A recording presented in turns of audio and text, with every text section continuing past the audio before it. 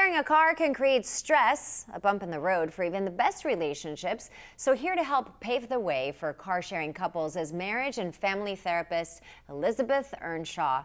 She's teaming up with Mazda to share details of a new car compatibility survey. Elizabeth, thank you so much for joining us. Thank you so much for having me. So what are some issues that impact a car sharing relationship? Just like anything that we share, there can be conflict that arises because of personality differences and differences in preferences. In the couples therapy world, we actually call these perpetual differences. And so these are issues that come up again and again and can cause arguments and tension between people. Luckily, the Mazda CX-70 has come up with new technology that helps to alleviate some of that stress. Oh, interesting.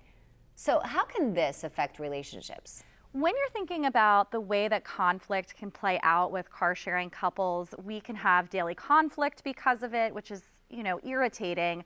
But on the most severe end of things, the Mazda study actually found that 1 out of 10 American men would be willing to end their relationship if they were not car compatible. So that's pretty significant. Luckily, Mazda and the CX-70 has created technology through a driver personalization system that helps to increase car compatibility. Okay, explain how the system works. It's amazing. So when you get into the car is going to know it's you, and it will recognize you and adjust to your driver settings. And those driver settings could be anything from your stereo to your seat position to the way that the mirrors are. There's actually over 200 settings that can be adjusted. And then when you leave the car and somebody else gets into it that has a driver profile, the car will also recognize them and adjust to their settings. I really like that. What else did the survey uncover? Another interesting thing that the survey uncovered is that 1 out of 4 Americans would clean their car every single week if it meant that they could avoid getting into conflict with each other about the car.